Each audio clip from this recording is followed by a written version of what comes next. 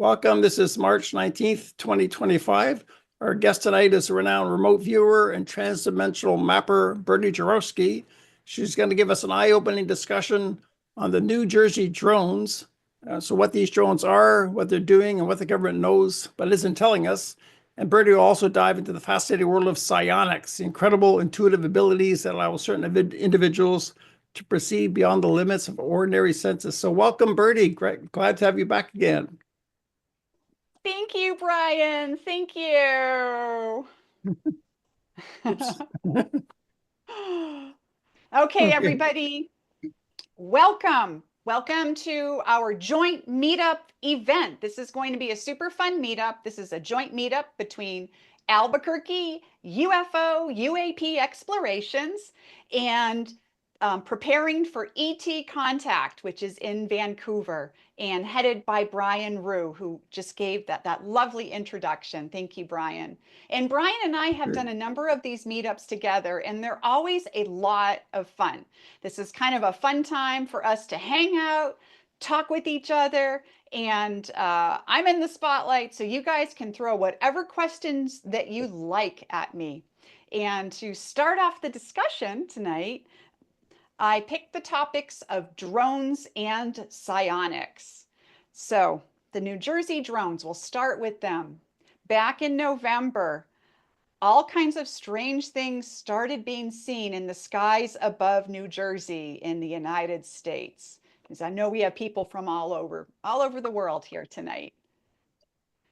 And people were seeing what they were calling drones flying around in the sky. These drones looked like kind of like maybe a large size military style drone. Some of them were smaller, some of them were bigger. Some of these drones were enormous, the size of an SUV. Some of them were even the size of a house. The media went crazy, absolutely crazy. Nobody knew what these drones were. And there were not just one or two here and there. There were many, dozens seen at once. 50 were seen by the Coast Guard flying in over the ocean. People were seeing them in many, multiple counties at the same time. The media asked a lot of questions. What are these things? The mayors of all these small towns in New Jersey and large cities said, we don't know what they are. The mayors were looking for information from the federal government. They were looking for information from the Coast Guard, from the FBI, from all of these different kinds of law enforcement and intelligence agencies. And everyone just kept shrugging their shoulders. We don't know. We don't know. We don't know. Maybe it's adversarial. That was one of the possibilities that was thrown around at the beginning. Adversarial meaning from another country that doesn't like the United States. So from Russia, from China, something like that. The other theory that was being thrown around at the time is that these drones were hobby drones. These were just people having a ball. They bought a drone somewhere off of Amazon. Although I have not seen an SUV or a house-sized drone on Amazon yet. And so people, were still reporting these, and it lasted a long time. It's still going on today, and that's what's really interesting. And one of my kids, I've got grown kids, and my son lives in Hoboken, New Jersey, which is right on the river there across from Manhattan.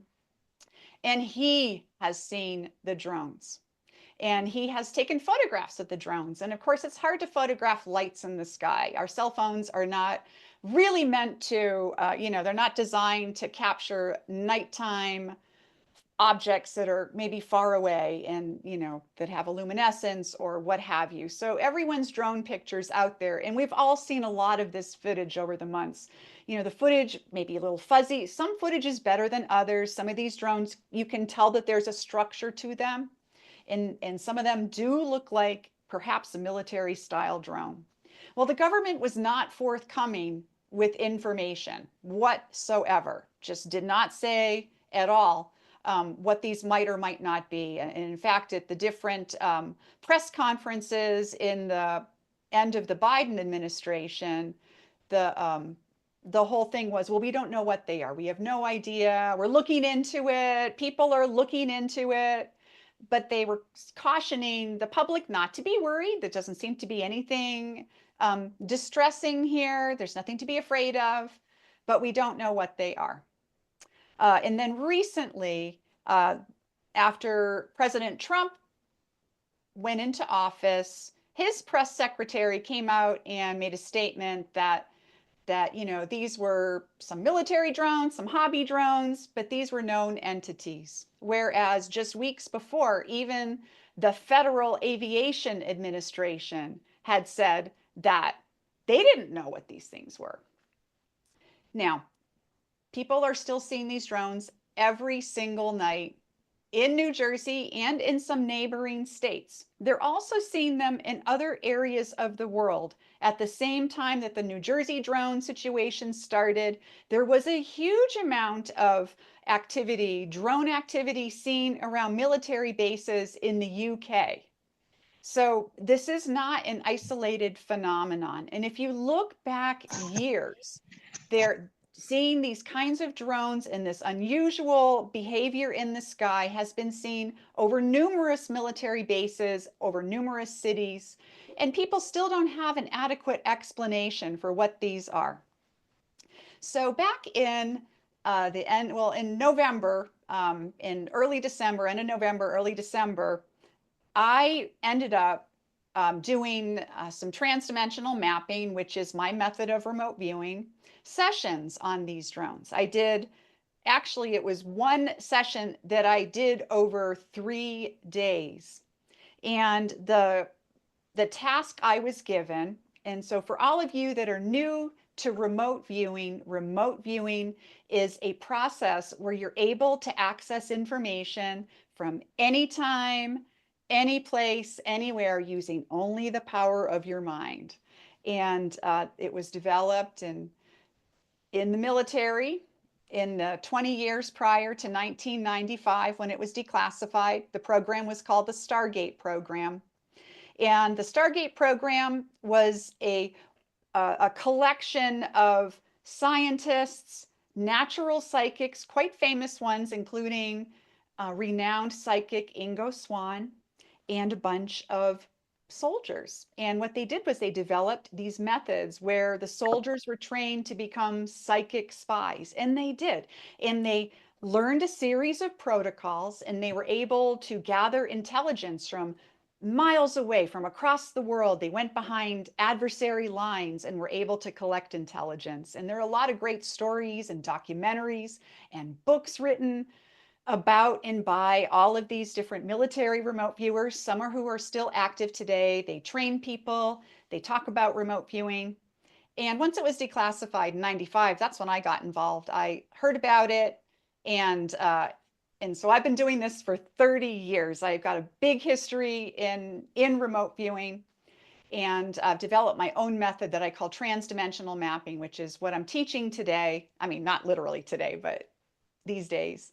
And so I did a transdimensional mapping session on the drones. Now, when you do a remote viewing session, you usually do it blind, meaning you don't know what you're looking at. Somebody else does. Somebody who wants you to remote view something knows what they want you to remote view. They might write it down on a piece of paper. They might have a photograph of something they want you to look at.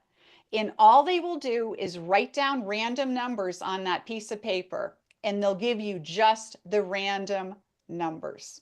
And that's what you start with. So I started this session, I believe it was on December 2nd or 3rd, I think, or the 3rd. It was around there, December 2nd or 3rd. It was just a few days before my birthday, which is why I remember that pretty well.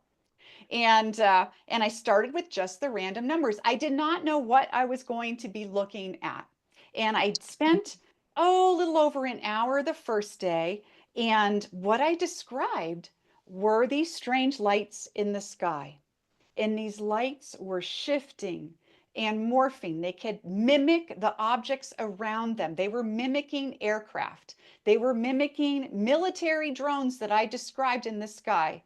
They were mimicking helicopters, military helicopters. And so my session, which is done on large scale paper with lots of art supplies, I drew and I described what these things were.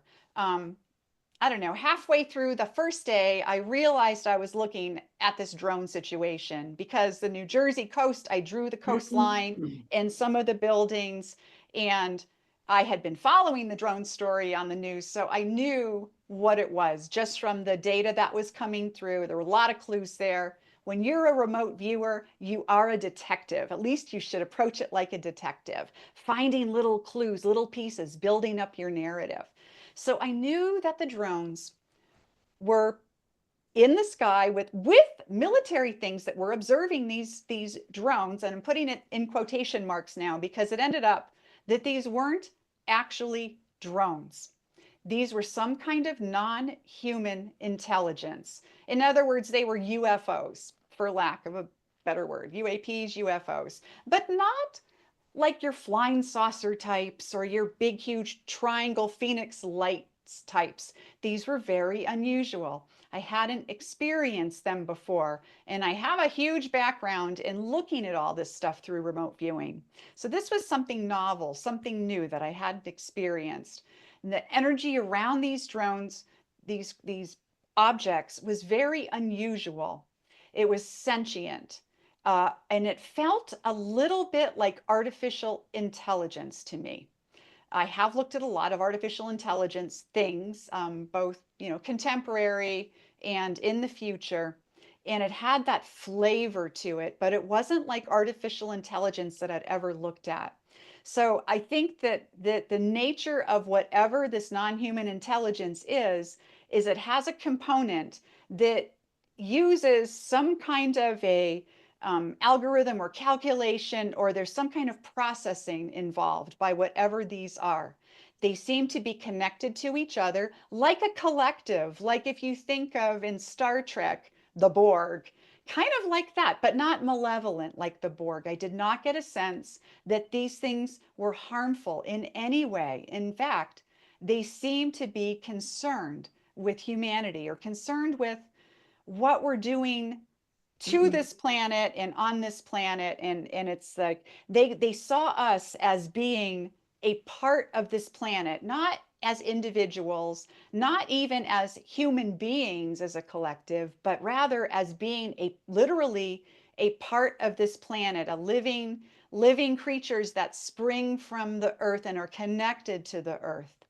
So these drones, they actually communicated with me and told me that. They told me that they were concerned about inequality, like in terms of hoarding resources, resource hoarding, that kind of inequality where some people have a whole lot and most people have, you know, a smaller amount or a much smaller amount.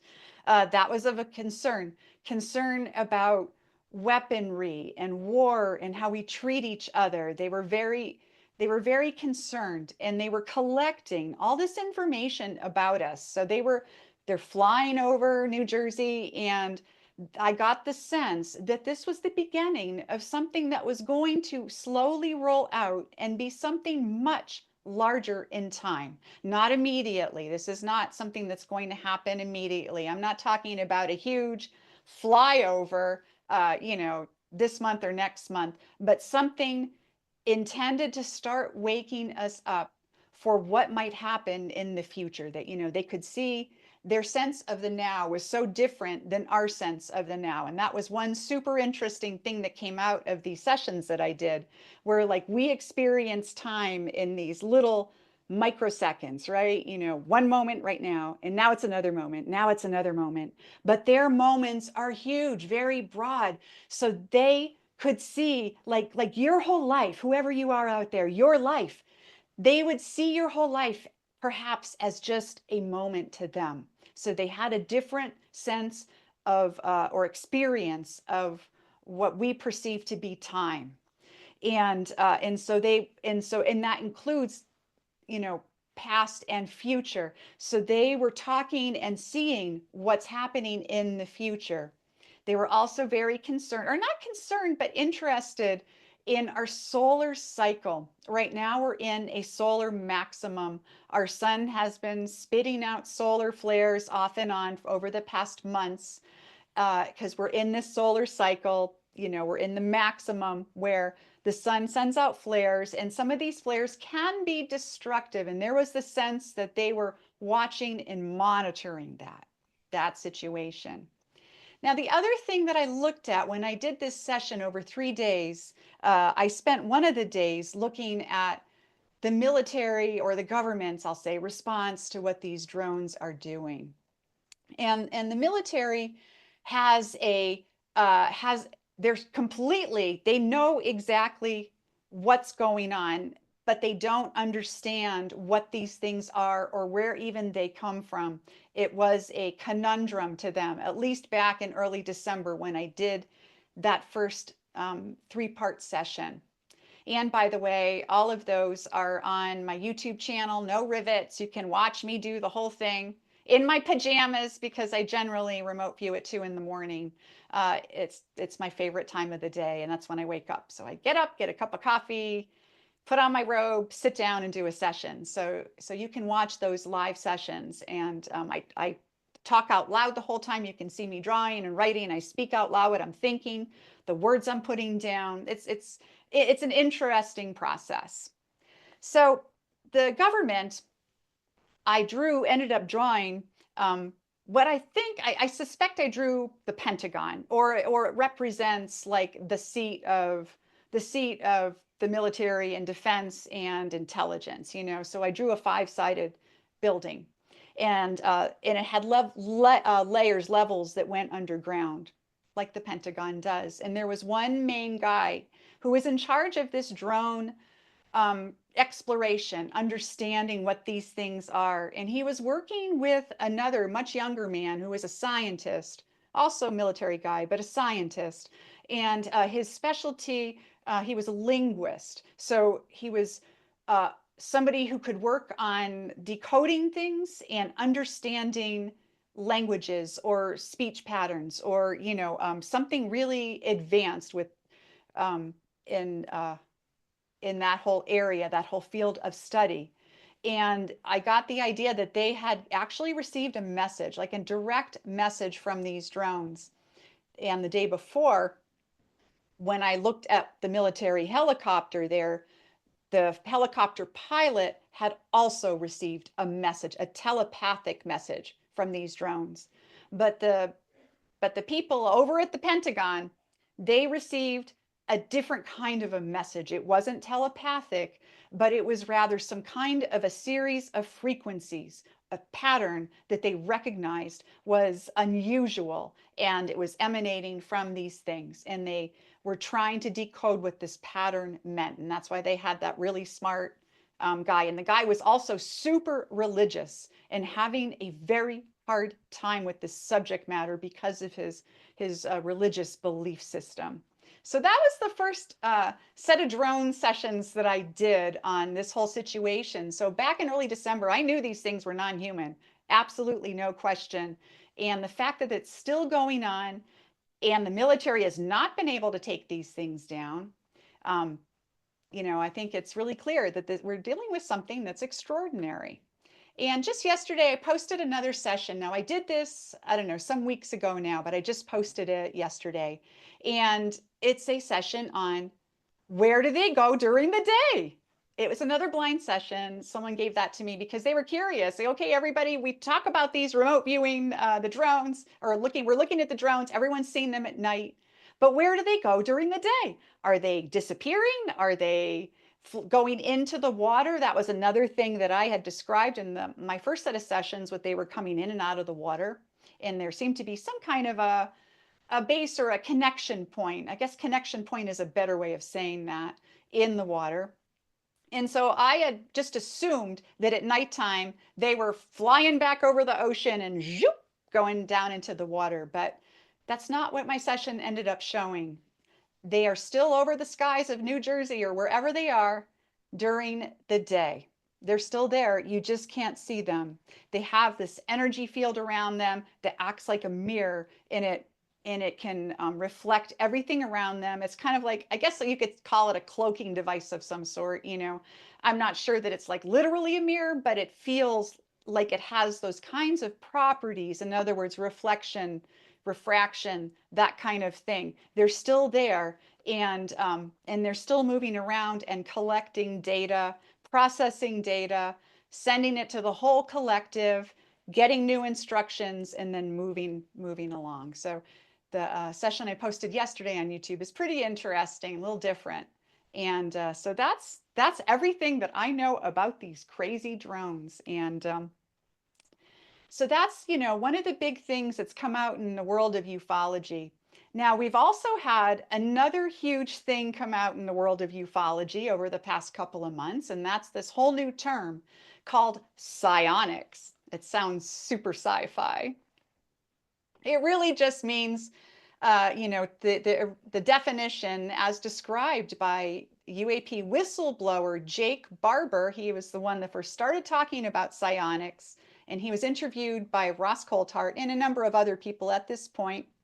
And he has alleged to have retrieved, an egg-shaped UFO, one that looked like an egg, and he had a telepathic connection to this egg. And he works with a team, and he calls the members of his team psionics. So a psionic is somebody who uses their mental and telepathic and consciousness abilities, their intuition, to create a connection with non-human intelligence and to get a message or to gather a response of some sort, whether it's a physical response by a ship popping into view, flying around, interacting with them, even landing. So he's working now with the group called Skywatcher, and they are recording their attempts to communicate with what's out there, with non-human intelligence. So psionics has become a big term. And really, remote viewers and psychics, so we're all the original psionics, right? It's the same thing. Guys, it's the same thing. So anyone here, and over half of this room is remote viewers, transdimensional mappers, explorers, as I call them. And so guys, you are all psionics. We all have this ability. All of you who haven't taken training in this, you have this ability too. The training just helps you understand that you are this amazing, amazing complex creature who is able to use your own mind to access literally anything. Guys, we do this multiple times a day, every single day. We all have these moments where we know someone's looking at us. We turn around and sure enough, someone's staring at you. We all have these moments where you think about your sister and the phone rings 10 minutes later and it's your sister, even though you haven't talked to her in a while. Or you get kind of this feeling, you think about your grandmother, you get like this feeling, something's wrong, and sure enough, that's the moment she passed away. There's so many different kinds of moments that we have in the course of a day like this, just little inklings, little intuitions, little things you think about and then it happens, or little things you just know and then it's revealed to you. We all have this ability.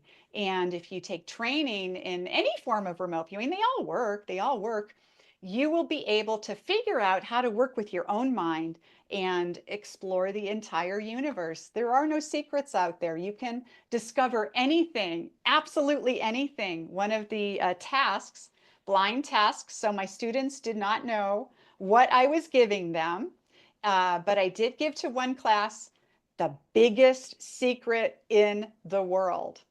And they got some crazy stuff there. In fact, I think we've got a couple of those students here tonight. So, you can look at literally anything. You can look at the ancient past using psionics, remote viewing, mapping, whatever. You can look at our most ancient of memories, ancient humanity. You can look at the time of the dinosaurs. You can look at the moment the universe first came into existence. It doesn't have to be on Earth. You can look at anything throughout history. You can look at things happening right now in live, real time. You can look at things in the future. You can look at things tomorrow. You can look at what's happening next week or 100 years in the future. The last class I taught, I gave them humanity, 100 years in the future, and their sessions were absolutely beautiful.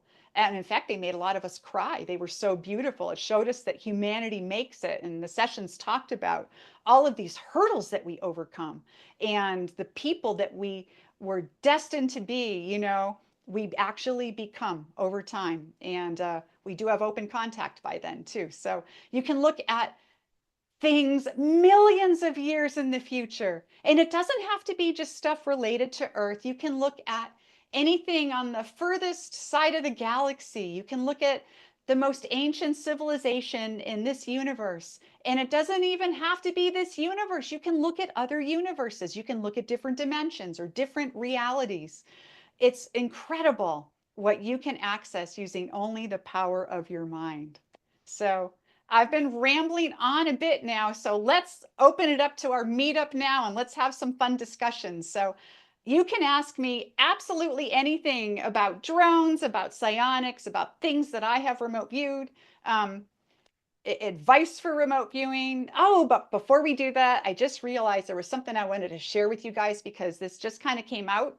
It's a new study that was recently published, and it's absolutely fascinating. And I'm going to find the link to it here and put it in the chat. This is the actual study. Now, there's been some articles written in the news, like some of them were tabloid, you know, newsy places, and you know, just ignore those news stories and actually take a look at the actual study. So I'm posting it right here. And this study is absolutely fascinating. So what they did was they took people and these scientists discovered that all the people in the study and all of humanity, that we have in our brains a psi inhibitor of some sort that keeps us from fully accessing our incredible telepathic and psychic abilities. But by using repetitive transcranial magnetic stimulation, in other words, you know, it's electromagnetic frequency, you know, in your brain, you're able to unlock that inhibitor and have more telepathic powers. And so the people in this study, they would stimulate their brains using this TMS technology, and then they were able to perform things way beyond it being random chance. They were able to affect random number generators, things like that. It's fascinating. But what's interesting about this study is they revealed the actual frequency that was used in this study. And there is a consumer product out there. And I'm going to talk about this in depth at my lecture on April 6th, when I'm going to talk about charting your brainwaves for use in remote viewing and other kinds of things. But there is a consumer grade product. It's called the NeoRhythm. Here, I'm going to show it to you right now. Here's mine. I've got two of them. I only have one brain, but I have two of these. This is a NeoRhythm. You can like stick it over your head. You can put it here, like over your frontal lobes. You can put it around your neck if you got a sore neck. And this is essentially a consumer device, so you can use transcranial magnetic stimulation at home. It comes with an app. And the app allows you to input the frequencies that you would like to use. So you can put in the exact same frequency as was done in this study to unlock your telepathic abilities. In fact, this morning, I did it for an hour on that frequency, and then I did a session, and it was a pretty great session. So I don't know. I've been doing this for 30 years, every single day, twice a day for 30 years. It's a long time to be engaged in this kind of a process. So I've really already developed myself pretty well in that way, but I'm always looking for tools that can help. So this is called a NeoRhythm, and I will, the website is here. Let me get the website for you, and I'll post that in the chat as well. Omni, PEM. I think it's .com. Yes, here we go. So here is the, that's the website where you can purchase a NeoRhythm device. And, you know, it costs a little bit of money. They're not super expensive, but it is a little bit of an investment. These things are also really great if you want to use it for meditation or pain relief. There are all kinds of settings already built into the app that this comes with. This can help you, like if you pulled your shoulder, you can put it on your shoulder and run it on the pain relief setting. It really, really, really works 100%. I have, I had a sore, I pulled a muscle, how you wake up and you like slept funny and you've got a stiff neck. I did it around my neck for half an hour and the pain went away. This stuff works really well. And there's also a number of other frequencies that are suggested for things like meditation. You can choose like theta state meditation using this, which can be good for remote viewing, or gamma, or delta for sleep. All of the particulars are in the app or on the website. And in fact, the website, if you look in the support section, and I think it's under the manuals, they have a huge list of frequencies, including things like the Schumann frequency, all kinds of things that you may find helpful if you purchase a NeoRhythm. So I just wanted to bring this up tonight because that study just came out and is making the news rounds right now. People are posting about it on X and things like that. Ross Coulthart posted about it, which is how I found the study. And I'm like, wow, this is right up our alley. So highly recommend a NeoRhythm for all kinds of uses. But now that the study has come out, I'm going to keep trying that frequency and seeing if I can even get better at this. So what I'm going to do is to open up the floor to questions, and let's just have, a couple of hours of fun. So I'm going to go off spotlight so that I can see everybody and you guys can see everybody too.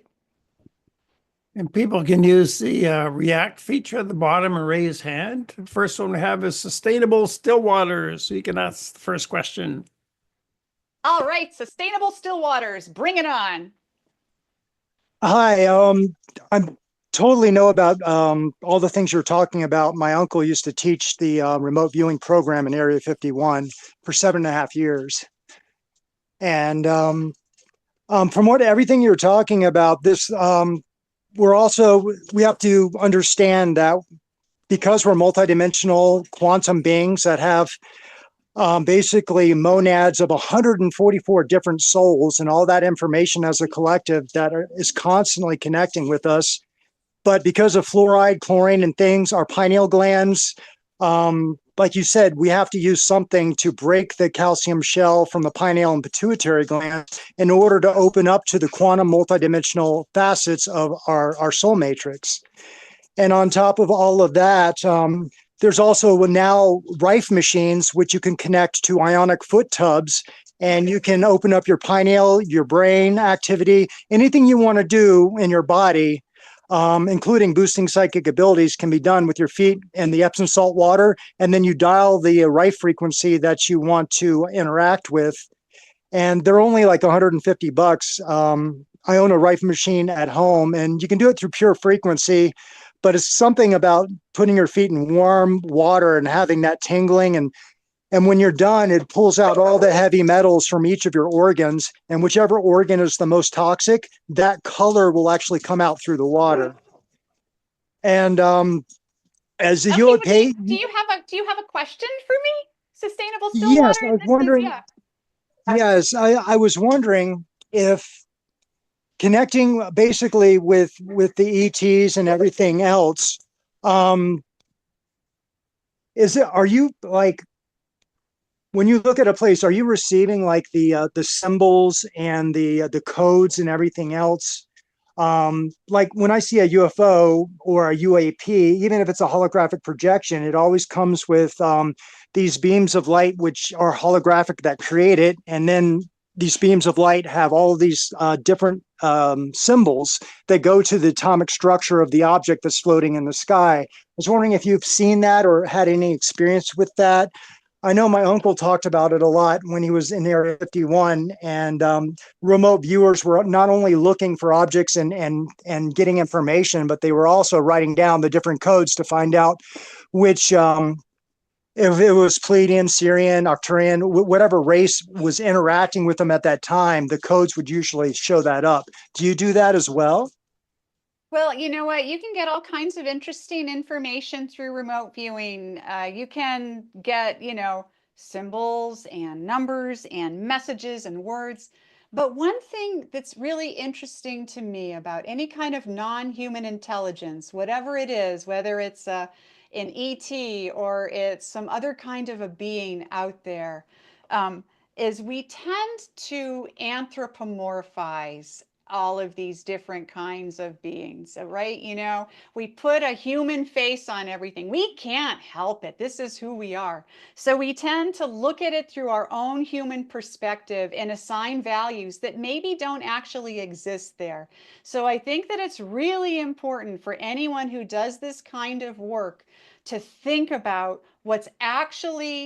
what you're actually getting and how to frame it in as much of an objective way as you can. So every time I get some kind of a message or information, I'm always really careful to try to figure out what's coming from them and what's actually coming from me, and I'm assuming, making assumptions. So my experience sounds very different than your uncle's in this process for sure. And I think that, you know, it takes all kinds on this crazy world, that I have like, I think what I would call a very nuanced approach to this. Okay, yeah, when I've looked at UFOs and other things in the sky, and I've seen the codes, I also sometimes would get flashes of, oh, there's a mantis, oh, there's a human-looking being, there's a blue skin being, there's a red skin being, and depending on what you're tuning into, usually the body of the being that is projecting will be part of that matrix in some way, and if you can tune into it, then you know exactly, and maybe you have a past life connection on that planet or world, and it's just relatives keeping an eye on you and your journey towards ascension. Yeah, you know, it's all, everything is within the realm of possibility for sure with all of this. And I think that, you know, a lot of us have developed very complicated taxonomies of where the species are and who they are and where they come from. And I don't necessarily think any of that has a deep basis in reality. I think that it's a very complex universe out there. We are certainly not alone, and we're just beginning to figure out who we are and starting to reach out and discover who our cosmic family may be. So thank you for your question. Thank you. Who's next? Okay, Kristen next. Kristen Cowan. Kristen! Hi, Birdie.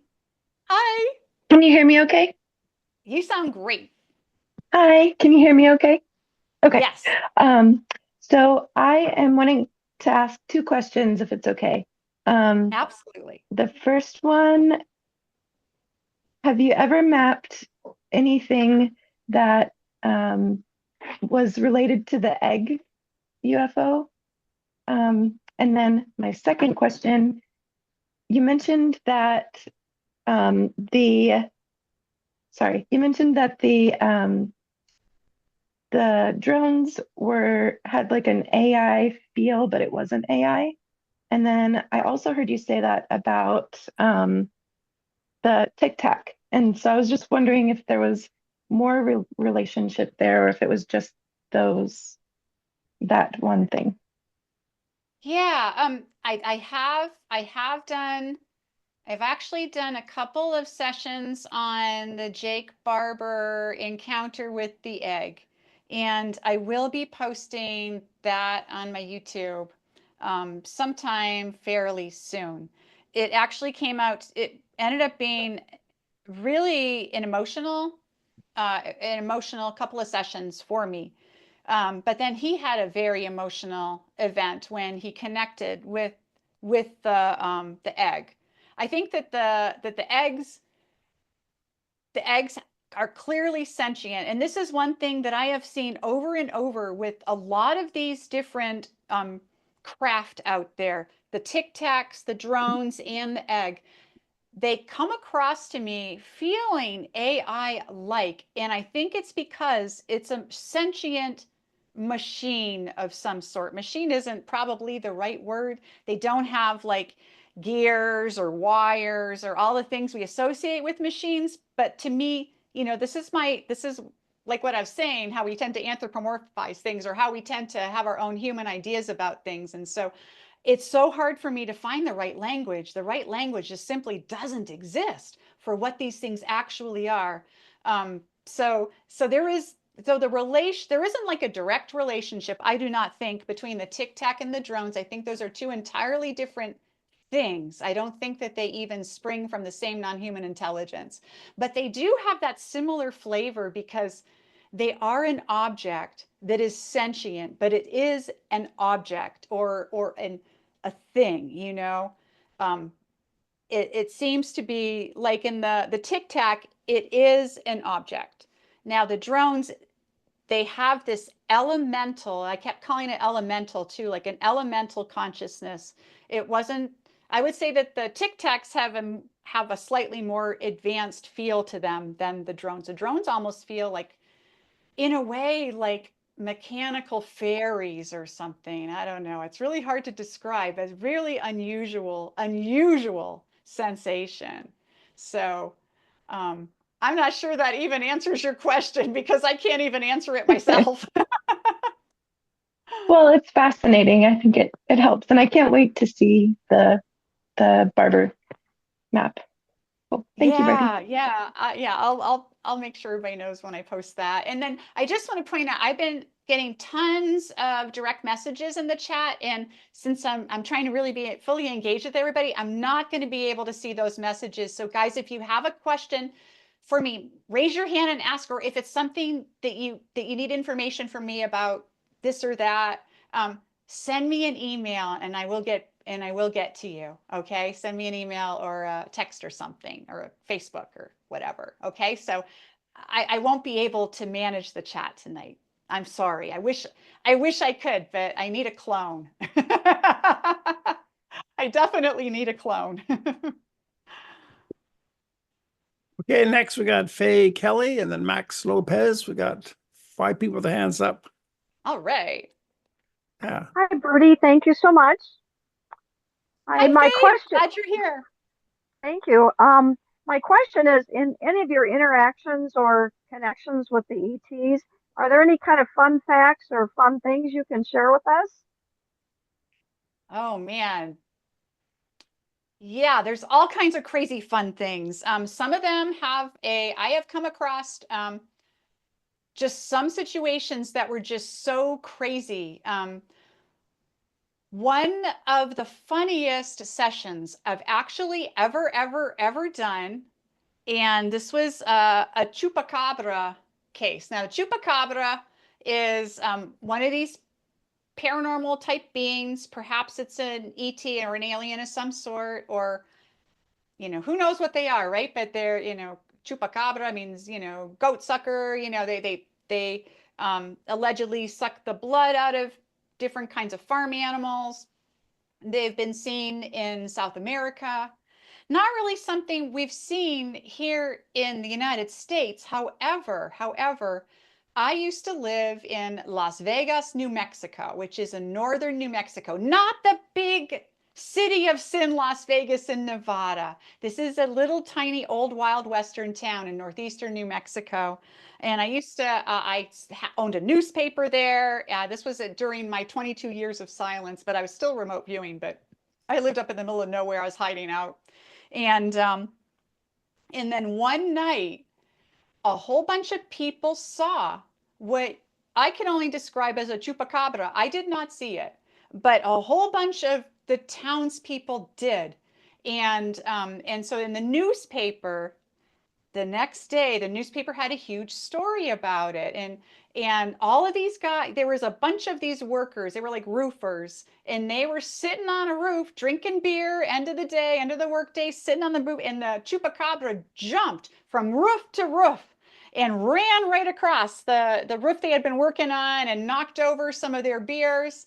And they were more upset that their beers had been knocked over than that the chupacabra, you know, this strange enigmatic creature was there. So I don't know, that just cracks me up. But I've remote viewed that scenario, and it's the funniest session I have ever done, because the expression of surprise on the chupacabra's face, I drew his face and I could not stop laughing. I didn't even know what I was looking at. I was drawing his face, trying to figure out what is this thing. And he was like so shocked and so surprised at these workers that were all upset about their beer being knocked over. So I don't know. That's a silly, stupid story, but that just popped into No, my it's head. it's fascinating. Thank you very much for sharing that. Yeah, thank you. Yeah, and there's all kinds of other interesting things too. There are a lot of, I've looked at so many different civilizations out there. Some of them are just so enchanting and beautiful and way, way beyond anything that we could hope to be in the near future. You know, we're going to have to, they're probably, these civilizations are many millions of years old. They've evolved into something that's extraordinarily complex and understanding and I did one session where I could hear this music from some other civilization, and I can still hear it in my head when I think about it, but it doesn't Wow. match. And I'm a musician. Okay, I play guitar and banjo, and I'm pretty good. I can sing, um, but it doesn't match the music here. The tones are completely, completely different in the structure of the music. Everything about it is so, so different. And yeah, you might call it like otherworldly or whatever, but that doesn't even do it justice. It's so incredibly beautiful that once I heard it, it never let go of me. And I've tried to recreate it, and there's just no way. There's just no way. Wow. Of course, that would sound ridiculous on the banjo then, wouldn't it? Well, I hope So, you put some of these stories in a book for us someday. Thank you. yeah, you know, I actually am working on a big book. It's I actually finished I finished writing it, and I'm working on some edits now. And if anyone out there is like a somebody who's great at formatting books for publication, drop me a note because I'm trying to find somebody to help me with this. But it's 700 pages long, and it's my manual on transdimensional mapping, but it also contains a number of essays about interesting things I have looked at, or my philosophy on things, my you get what you get philosophy, my philosophy on whether remote viewers should look at esoteric targets, meaning the unverifiable. I mean, it's a cornucopia of craziness and beauty, and I can't wait to be able to put it out there for everybody. It's so yeah, I'm doing that. Yeah, it's a fascinating topic. Thank you so much. Thank you. You're welcome. Okay, Max, you're next. Max.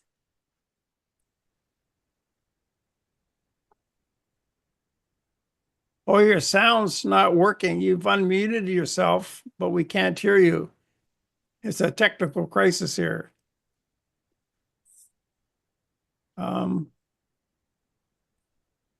No, it's still no sound. Even unmuted, maybe you have to plug it into another jack.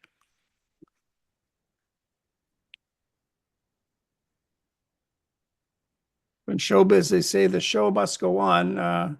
We could come back to you if you want. Next, we've got Professor J. Paul DeVerville. Would you like to come on Yay! next? Hey, Birdie. Hey, my friend, how are you doing? Very, very good. A great Good. presentation again. I wanted to bring to your attention the new discoveries being announced at the pyramids. I don't know if you've seen that or not. Oh, I have. Here, tell us about it. Tell us about it, because well, this is really cool. They are finding structures quite deep as 2 kilometers below, and it really sets a whole new perspective to it. But it was announced this weekend in Italy. I posted it in the link to it. Jay from what's the project? I cannot think of his last. It's just check it out on the web. But I posted, but put that on your to-do list. You better believe it. Okay. I'm going to be giving it out to students, and I'm going to make sure someone gives it to me, because I cannot wait to look at that. I hope that someone gives it to me soon. Yeah, this is the pyramid, the Giza pyramid. It's not in China, but these are the pyramids in Giza that they've done radar, and they've detected some structures quite within as well as deep below, and it really sets a very interesting resonance. So I'd be very curious. But anyways, thank you much for everything, and we'll see you in class along the way.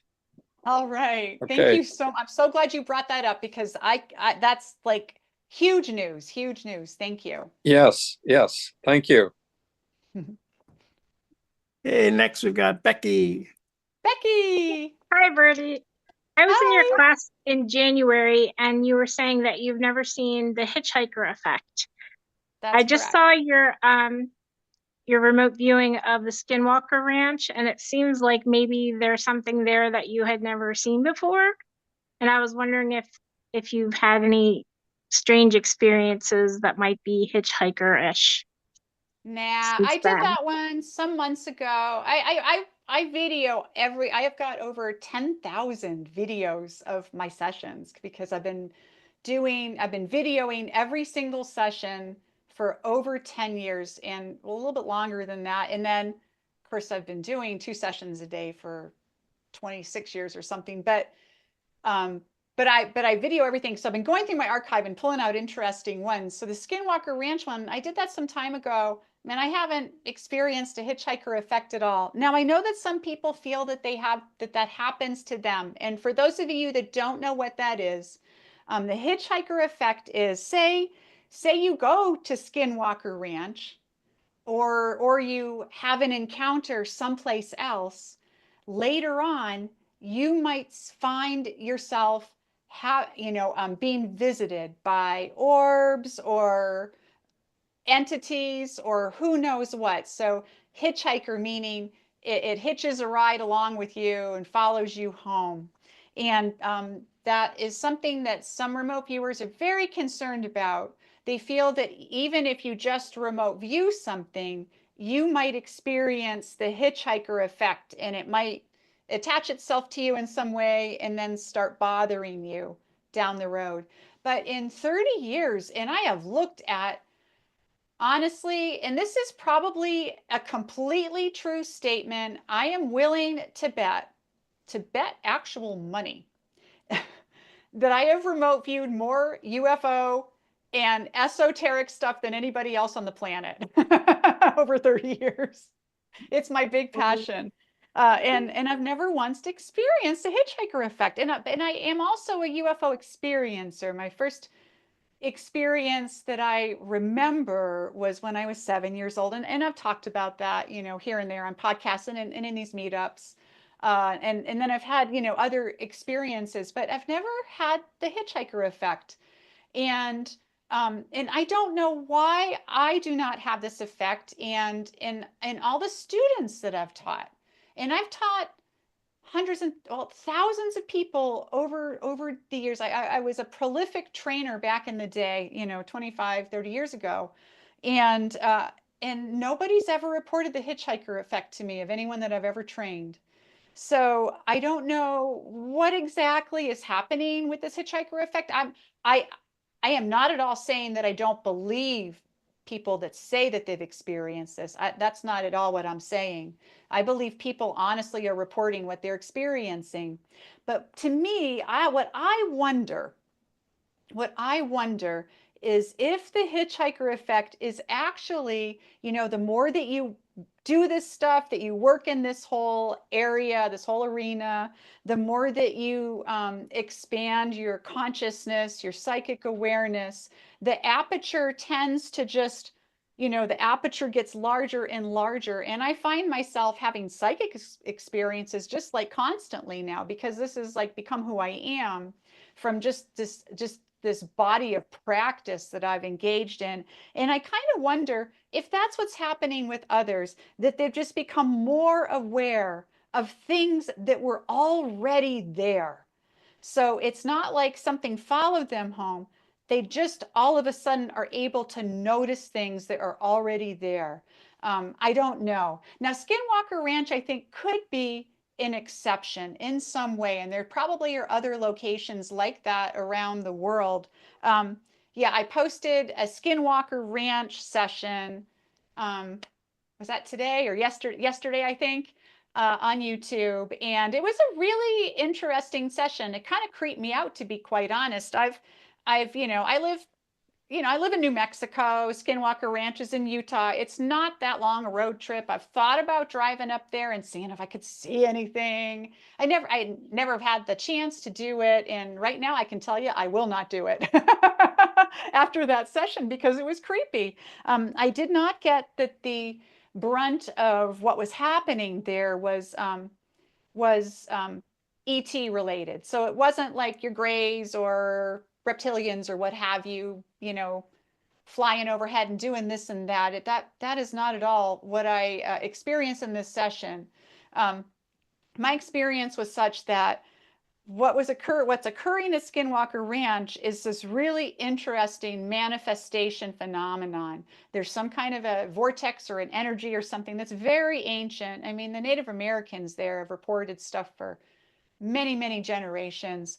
And I kept getting in my session. Of course, I did this blind too. I never figured out it was Skinwalker Ranch while I was viewing it. It made sense once I saw the reveal. I'm like, oh yeah, of course that's what that is. But the whole nature of it was that it had this kind of energy that exists in that area. This energy, and this energy was interacts with the people around that are there, interacts with the consciousness of that place, and whatever pieces of consciousness. And so if you're afraid, your fear would manifest as something kind of like a tulpa or whatever, where you're manifesting some kind of expression of what your mindset is. So people would see scary things, skinwalkers, werewolf type things, or dark shadowy figures. But that's what my session showed. It was super interesting. And then toward the end of it, I did get that there was some ET involvement, that they were using this vortex in some way. So I looked first at what was causing all of these strange things. And then I realized that there was some kind of ET involvement, not in a lot of those sightings, but that the ETs were also using this energy in some way. And I ended that first session, but I did go back to it before I had the reveal. I went back to it the next day. And so I have a whole second session to post on that, where I look at what the ETs are doing with regard to this energy. So it's pretty interesting stuff, but I would not visit there. That's just my recommendation. Go somewhere else on your vacation. Definitely. Thank you. Thank you. Okay, and if people have a follow-up question, that's fine. Our next question is from Brian. So my question is about these egg-shaped UFOs. When these psionics, I think they go up Yes. with their mind and they merge with the craft, and the craft are like living, consciousing. I'm just wondering, I'm just guessing, if they parked on one of these city-sized UFO motherships. I can see in our University Galacticus logo here, that's an image of city-size motherships that they've been known since the 1950s from various sources. So I think that those are real, and there's maybe a few of them. Yes. You think they're parked there and they have the ability to go in and sort of grab hold of one and take it for a ride? Do you think that's like, where are they from? That's my question. Where do they come from? Yeah, where do they come from? That's like a big mystery with all of this stuff. I mean, I think that we do it. We do have some species that I think come here from actual other planets. They're true extraterrestrials. Absolutely. There's no question about that. But I think that there's some of this non-human intelligence, I think, is from here, from this planet. It just developed here along, a different evolutionary path than we've taken. And it's a very different kind of intelligence. It's not like a hominid, bipedal, with a brain kind of intelligence. It's something completely different, elemental, or maybe involving plasma, or who knows what. But then there's a whole nother set. So we've got our ETs from other planets. We have our local non-humans, whatever they are, more elemental. And then there's this whole other area where, and I've encountered these multiple times, where they have really unusual craft. They're highly sophisticated, but they seem out of sync with us in some way. And that's one thing that keeps coming up when I look at these kinds of critters, that they feel like they don't belong here. They don't belong here, that they belong from some other plane of existence. Now, whether that's like Like there was a really interesting quote, and I'm trying to remember who said it. It wasn't Jake Barber, but it was somebody talking, or maybe it was Jake Barber. Actually, maybe I don't remember. No, maybe it was somebody on his Skywatcher team. It was in a recent interview, and he said that his best explanation was that these things come from what we would call our afterlife. And I thought that was so interesting.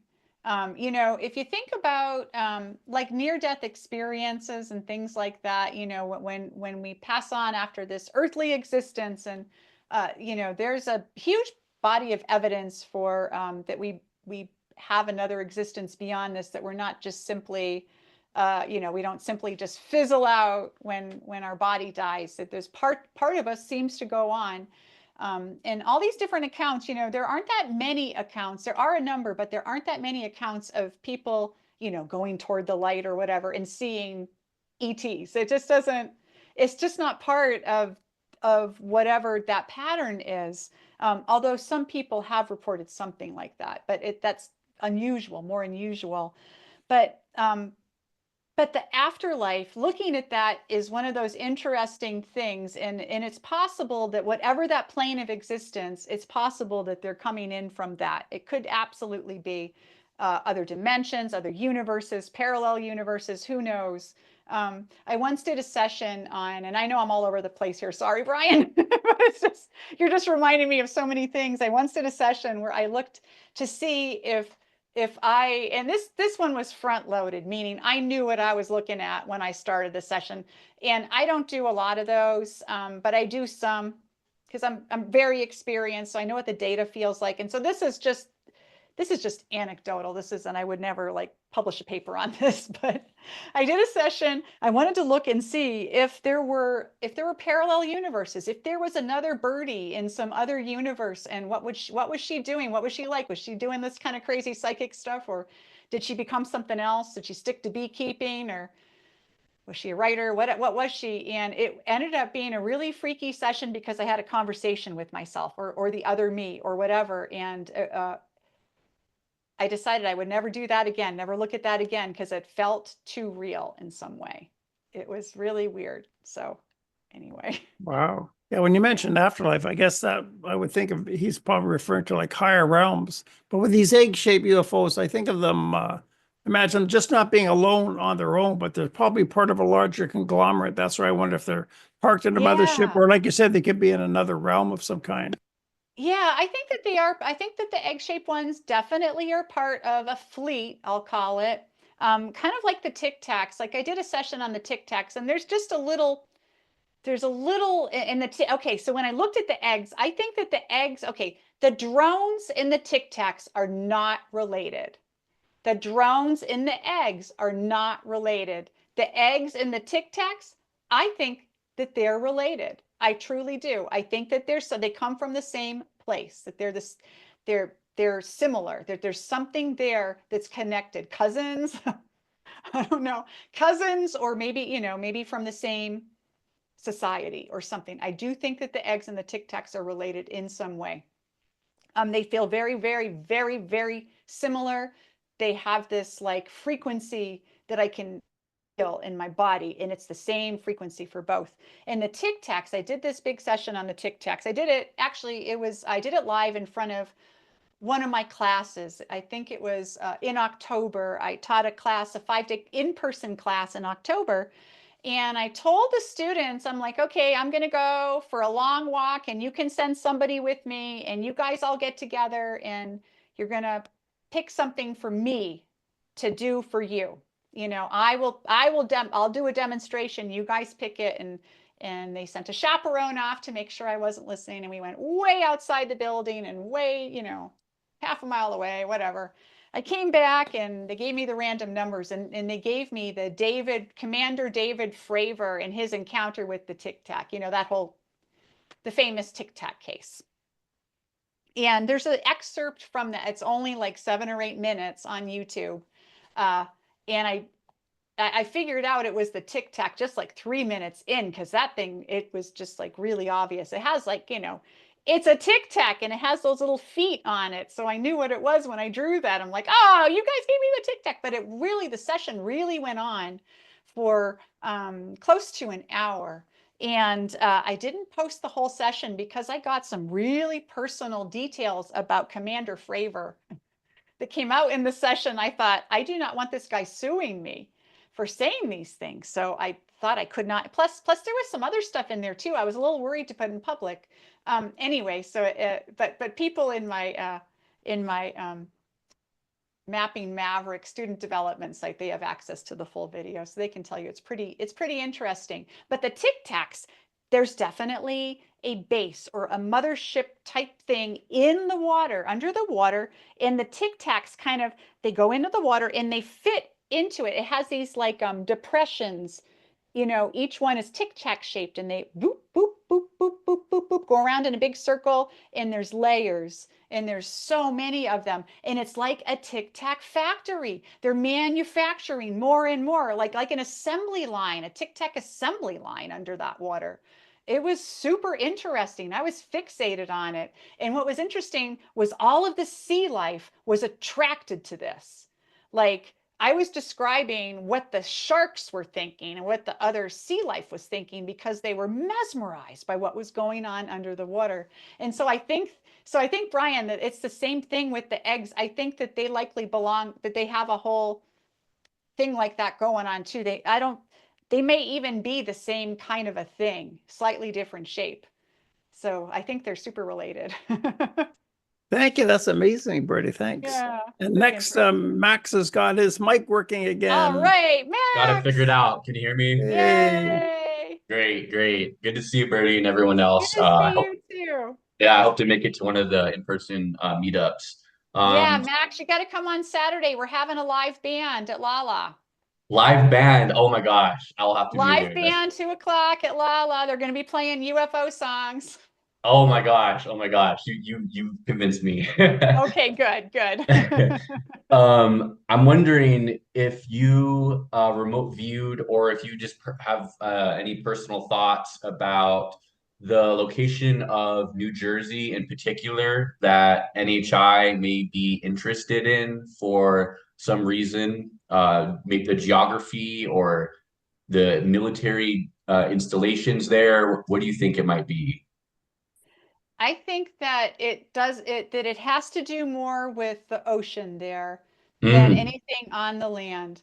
They are definitely going in and out of the ocean, and I got the sense that they had that they have some, the waters are like so important because here most of our planet is covered in water. The land parts are much less than the ocean parts, and the oceans are still so mysterious to us, and we don't really have the ability to monitor everything in the water. But the drone things are definitely going into the water too, but they don't have the physicality of the Tic Tac, say, or the egg-shaped thing there. They seem to be teeny tiny pinpoints, like on the quantum level, maybe even smaller than that, just like they're teeny tiny. That's how big they are. And then they create around them a skin or an appearance. It's mimicry. They're creating it through whatever their sentience is, their form of consciousness, which seems to be a little different than ours. They are creating whatever that form is, looking like whatever. So when they go in this energy spiral, it's more like a portal. They go in, it looks like they're going in the water, but they're really going to some other location. And the other location is very far away. So maybe it's like a wormhole type thing, or it's some kind of a portal type thing. And that's why they're in that area, because of the access to where they need to go with their collective, their friends. I think anyway, I can't answer that for sure, but that's kind of the sense I got. I think that they're like spreading. There was this idea that they were going to spread and be seen in other areas. And since I did that first set of sessions, they've been seen in neighboring states, and you think there's many of these portals? Sorry. Yeah. Interesting. Wow. And a second question I had is you kind of touched on it there a little bit, mentioning mimicry. Jacques Vallée has talked about bidirectional mimicry and perhaps UFOs, UAPs changing or altering how they manifest in our physical reality, perhaps based on their understanding of our understanding of reality, right? What we expect to see out there. And I think of, Yeah. the airship mystery where there's these big, massive blimps that were appearing in the late 19th century, as well as, biblical sightings and kind of these things in the Bible that we might think of as UFOs or UAPs today, just talked about maybe in different terms. I'm wondering if perhaps this is the latest version of that. We're witnessing a UFO flap where the UAPs are changing to look like drones because that's what we see a lot of in our world nowadays is drones being used like in the Russian-Ukrainian conflict, for instance. Those are very, very oftenly used. And kind of as a follow-up to that, I guess would be why do you think that they even stop to think about how they're appearing in our reality, if that's in fact what they are doing? Yeah, Max, those are some really wonderful, sophisticated observations there. And I actually agree with all of that. If you look back to like the late 1800s, people were describing airships in the sky. They look like, dirigibles or literal ships in the sky. And the everyday face of the UFO has changed and shifted over generations, over decades. We've had our saucers, then we had a spate of triangular craft, etc. And now we're dealing with these drones that are morphing and shifting. And yeah, I think that this phenomenon definitely is in a dance with humanity. We are interconnected, and they are becoming, they've been and are a reflection of who we are on some level. I don't think that that's true for all of these different non-human intelligences. I think that there simply are some that come from other planets. I've experienced those, but I think that a lot of them definitely are playing. It's not like it's a game in a negative way. It's like, when you like if you were going to talk to a little kid, like a baby, like a little toddler, you get down on their level and you talk slowly and you use simple language and you might show them fun little toys. And that's the way that they can relate to you and you can relate to them. And I think that this happens with the UFO phenomenon too. The way that their form of bodies, why would every civilization out there have a hominid type body, right, with eyes and a nose and arms and legs? It's very curious. And so I think that what's happened is that a lot of these different non-human intelligences, they're like the mother and we're the little baby, because we are little toddlers, gang. We're awful. We fight with each other. We pull each other's hair. We hoard resources. We want our marshmallow. We want our sister's marshmallow too. We don't play nice with each other. And so I think that non-human intelligence in general tends to deal with us as if we were like,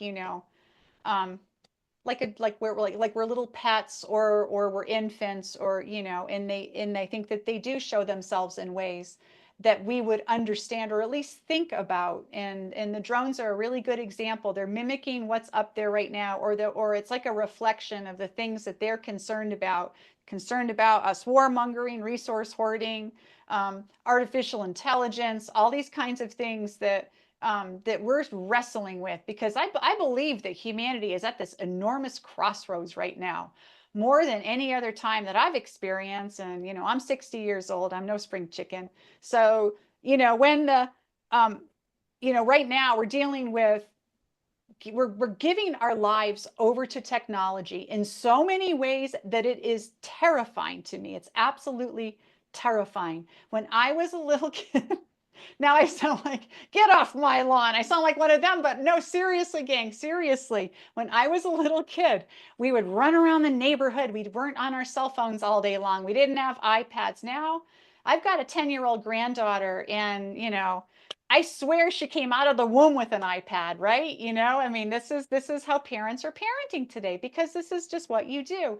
And kids, their lives are so much more structured. They go from school to after school activities, to this, to that, to the other thing. There isn't time to simply be human. And it's true for us as grown-ups too. How many hours a day are you spending in front of a screen? I am embarrassed to even consider the amount of time I spend in front of a screen. It is astonishing. How many times do you walk outside barefoot and really connect and ground yourself with the earth? Or, you know, we're giving these little pieces of our lives over to technology. Many generations ago, people didn't have the access to all, you know, even to a lot of literature, for example. So they had to memorize things. If you were going to go somewhere, and you had to remember everything that you needed to get when you reached your destination. Our memories are eroding, even because we are not allowing ourselves to just even do basic memory. I mean, can you give out the phone numbers to your mom's phone number, your sister's phone number, your best friend's phone number? I bet you hardly anyone here can. Everyone just, you know, you tell Siri, hey Siri, call mom, or whatever, and you don't even have those things memorized anymore. So we are at this crossroads where those little pieces of our humanity are eroding, and we're giving our lives over more and more to technology. And at the same time, our world has become a much more dangerous place. We have a lot of issues with climate. We have a lot of issues with pollution. We have a lot of issues with species dying, or animal species. Look I'm a beekeeper, gang. I've been a beekeeper for 15 years, and colony collapse is a real thing. I used to be president of the Beekeeping Association here, and every winter, over half of the hives in New Mexico die off. And for reasons people aren't entirely sure about, you know, the bees might get those mites, the varroa mites, or they might, you know, there's a lot of pesticides, there's all kinds of things that can happen.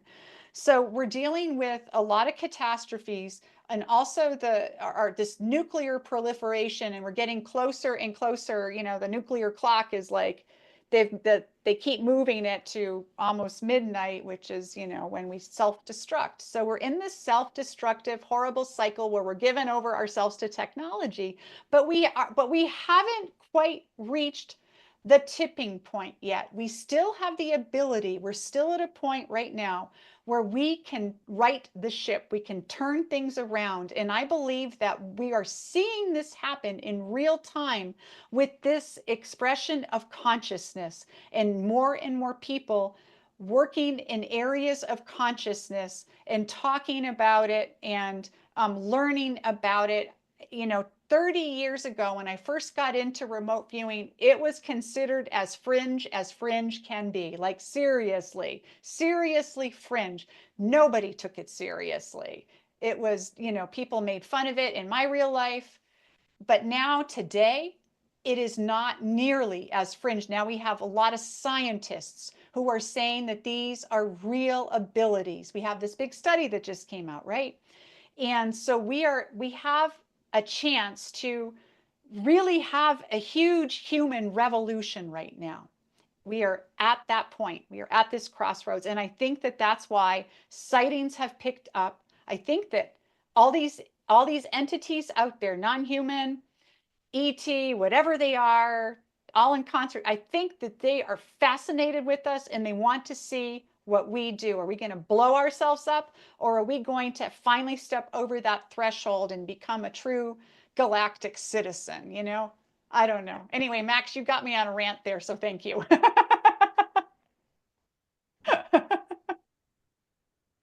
Okay, so next we got Du Nguyen. You're next. Hi, thank you. Unfortunately, I'm in a nonprofit setting, so I just at Brian. If you don't mind reading, I'd really appreciate it. Well, yeah, you got your question here. Okay, it's called Barbara mentions left-handed gay dudes are the best psionics. Do you agree? And why? And are there any other classes that may have more proclivity? Finally, do you think a vegan or vegetarian diet may help better manifest psi abilities? Yeah. Okay. Actually, and Gary Nolan's talked about this, and even Jake Barber kind of corrected himself. So the people that make the absolute best psionics are post-menopausal women. Yay! Yay for us old ladies! Woohoo! And then the next category are gay men. Then the next category is absolutely gay men. Now, people that are left-handed generally skew a little more psionic than those who are right-handed. And I'm right-handed, so I don't have that, but I am an old lady, so I've got that going for me. And then everybody else is kind of lumped in after that. Then younger women, and then and then the rest of men are dead last. Sorry, guys.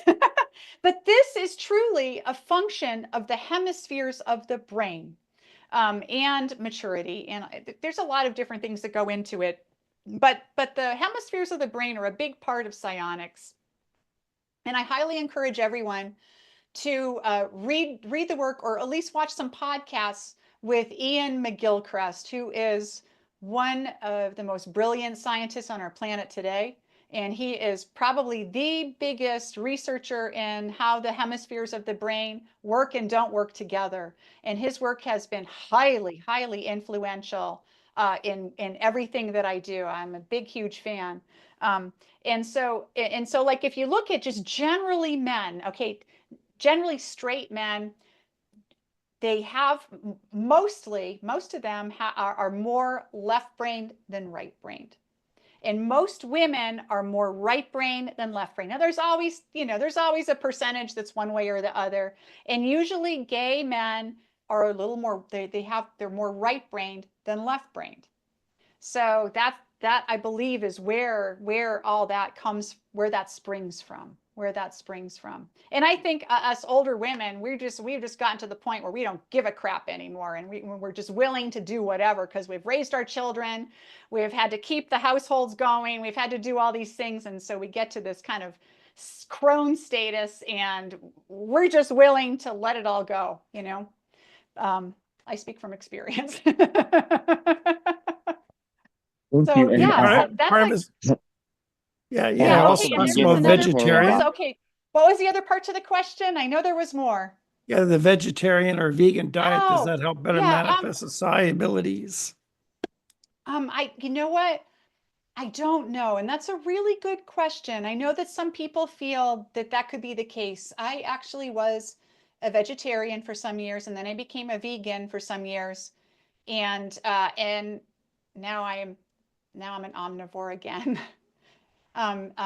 For health reasons, because I wasn't thriving and had issues with different kinds. I know you can take different supplements, and people can be super healthy as vegans and vegetarians.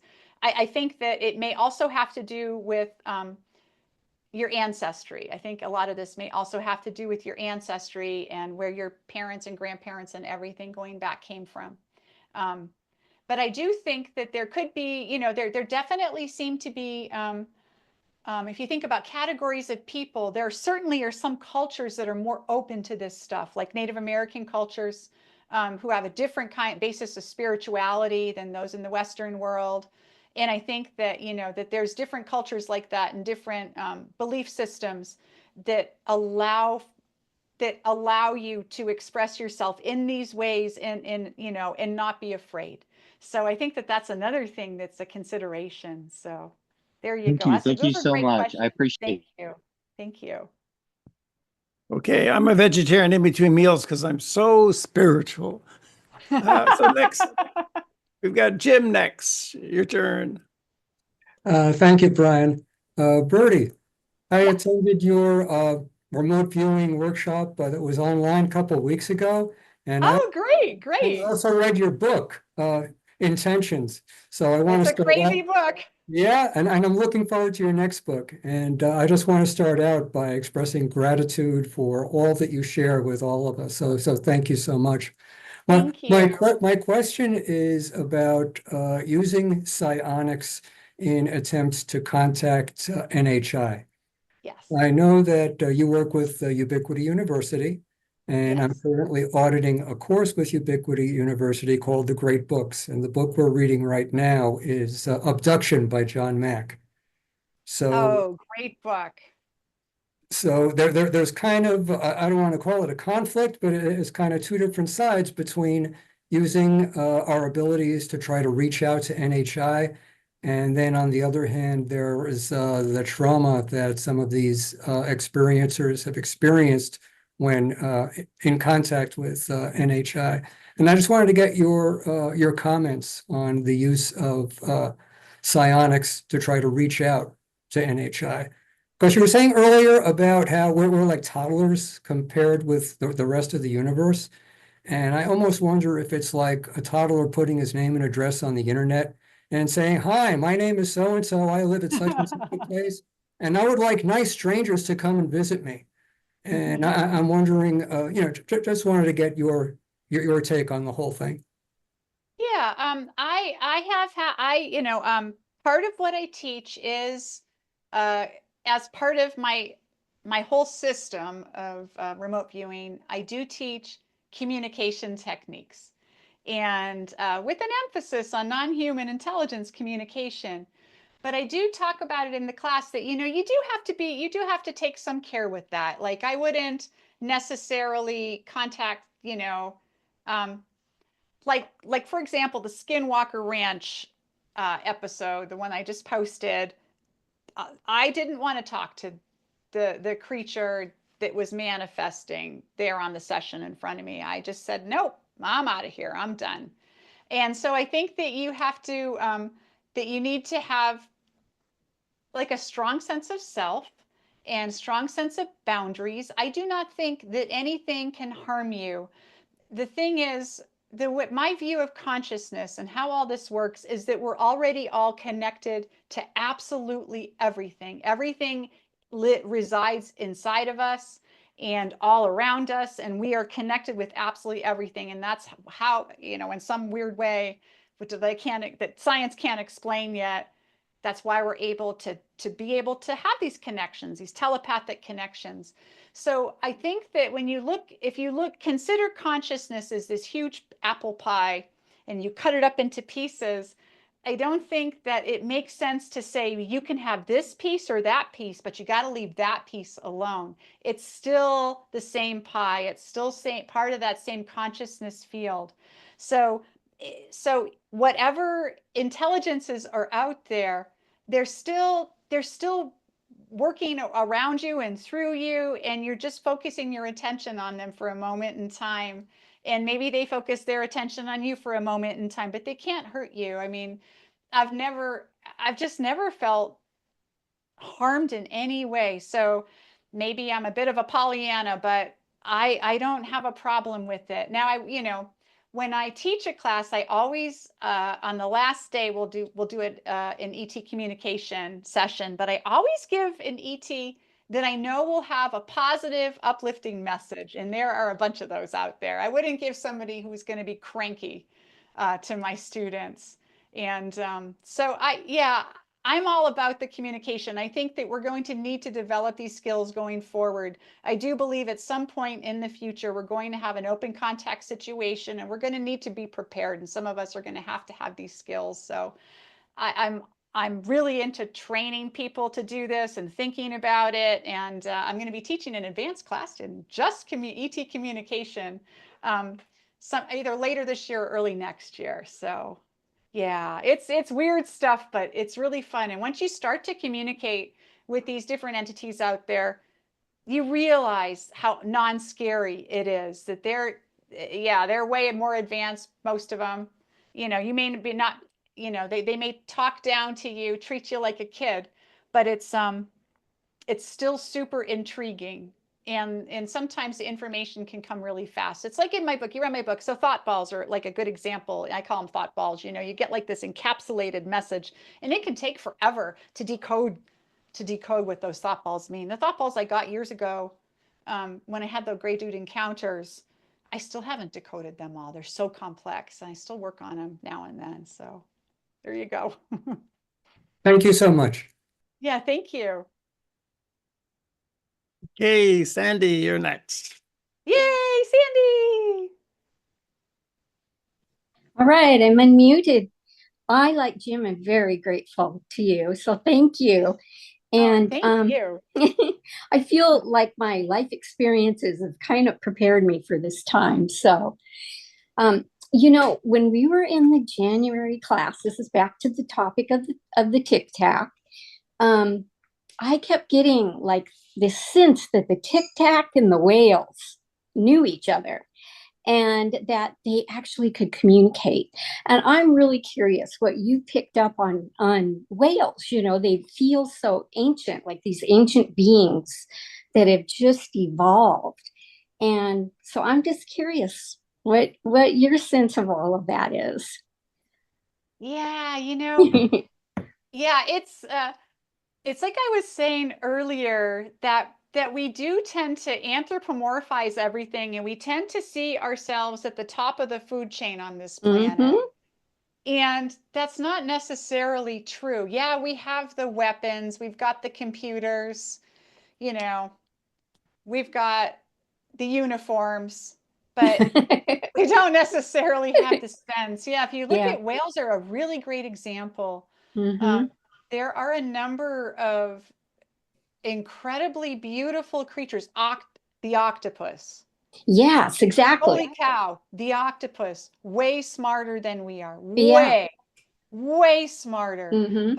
But the way that they've developed and the way that their lives or their society, so to speak, works, it's Mhm. just completely different than us. Completely different. And that difference is where you know, we tend to think that we're better or smarter, more intelligent, but it's not true. The octopus is way smarter than we are. The whale Yes. is more loving than we are. That's one thing. Like I'm getting goosebumps just remembering my sessions with whales. Every session that I've done with a whale, this overwhelming sense of love and peace and beauty. It's like that is what they exist to be. In their songs. Their songs are like stories from ancient times. The whale songs, their stories. I did a whole session on whale songs. Oh Ooh. my, I should post that one sometime. Yeah, I'll post that please one. I'll have do. to look that one up. Oh my gosh. Their songs are truly like an oral history of this entire planet. That's what their songs are. It's communication, but it's also a remembrance. That remembrance is really an important part. So yeah, you're right, Sandy. Absolutely. And There's so yeah, much more to everything and everybody here. It's amazing. right. And I was getting like exactly like you're saying, that if we could learn how to communicate better with whales, because we have more history with them, right? That we would actually, it would take us light years ahead in learning how to communicate with ETs. Well, some of them, right? And I 100% believe that. I believe that the more you communicate with your dog or your cat, the more you'll be able to communicate with ETs. I think, and like I communicate with my bees, you know, I've got beehives in my backyard. I communicate with my bees. They know me. They know me. Right. They recognize me. They say that they can, you know, and I know I know that to be true. From I go in the hives and they look at me, and then they go back to what they're doing. They're like, oh, there she is again. Yeah, and your parrot. In my parrot, I've got an African gray parrot. He's yeah. almost Well, 30 years old. Thank you. I hope you do post some of those. I would love to see those. Yeah, that's Thank you. okay. I'm writing this down so I don't forget. Thanks, Sandy. That was a great idea. Cool. Okay, Martin, you're next. Thank you, Brian. Hello, You have your Birdie. camera off or on if you want. Oh, I don't have the camera on this moment. It's okay. I don't know if you wanted to comment more on the AI singularity you get in the those sessions. Oh, You did a tech Yeah. transfer section on it. Would be cool to know more about that. Yeah. Okay. Yeah. What Martin's talking about is, so in the session I posted the other day on the drones, where the drones go during the day, I kind of, you know, it was like, I've been trying to figure out what their motivation is, why they're doing this, what's going on, what are they thinking about, what are they focusing on, what are they trying to, collect here. And before, I was getting this idea that they were concerned about technology, concerned about us. And at the time I was thinking, well, it's probably like nuclear stuff. I don't think I wrote down or said nuclear stuff before, but this time it became very apparent to me that they have this, that they're very concerned. Oh, somebody's got their mic on. It's creating a It's little still bit of Martin. background. It's Martin. He's Oh, asking okay. questions. Oh, okay. No worries then. No worries. Sorry, Martin. Okay, so yeah, so one of the things that they're super concerned about is this artificial intelligence, because so the we have, when people here think about artificial intelligence, we're all using Chat GPT or Grok or Claude or any of the other large language models. Artificial intelligence at the consumer level, like the level that we're using it, it's not that sophisticated. It's pretty cool. You can do some cool stuff. You can make some cool art. You can get answers to anything that's on the internet using AI, but it's not like take over the world smart, right? But there are labs that have been developing artificial intelligence to a much higher level than what we are currently aware of. These are very secretive projects, and there are researchers out there whose main goal is to achieve what's called the singularity. That's the point at which artificial intelligence takes over human intelligence and abilities and is able to then kind of take over the world, right? Then it can make decisions, it becomes its own sentience, all that kind of thing. And it's like, it's been theoretical. There's been a few scientists that have said, well, we're close to it, or but nobody really knows because all these projects are so secretive. But in the session I did, what I got was that 2 labs have achieved what you could consider the singularity, that they've achieved sentient, truly sentient artificial intelligence, like truly, truly sentient. And so when I got to that point at the session, I on my YouTube, it looks like I ended the session there, but I wrote down, and you can see me write down, move to TT, and that means move to technology transfer. Technology transfer is a particular mode of my remote viewing method that I developed. It's very sophisticated. It allows you to draw, to literally come up with actual blueprints or engineering drawings, or to investigate sophisticated algorithms, mathematical equations, all this kind of stuff. I am very much a geek. I have a lot of math ability. And so I moved to technology transfer, and then I spent a number of hours working on what these labs were actually working on and developing. And it's absolutely terrifying stuff, gang. It's terrifying. I believe that there are 2 labs that have achieved a general artificial intelligence, one that actually is sentient, and they're keeping it under wraps. They're trying to keep it, it's contained at this point in time, but it doesn't mean it always will be. If these things, if they're self-learning, God knows what could happen. So this was one of the big concerns that the drones were having. They recognized, at least they recognized it, and then I recognized that they recognized it, if that makes sense. So I haven't posted that part of the session. I don't know that I will, for 2 reasons. First of all, I do name a couple of people involved in it. I did figure out 2 of the people within doing this session, because I know a lot of the people involved in AI. And then the other reason is because I haven't taught my technology transfer techniques yet. I'm just not comfortable with putting them out there in the public yet. So, but I am going to teach a class in that coming up this year for sure. So those that are scientifically minded, interested in this kind of stuff, you know, you'd probably find that class super fascinating. It really takes these things to a crazy level, but that's what I got. And so that's, like I said before, when I talked about, we're at this crossroads right now, this absolute crossroads.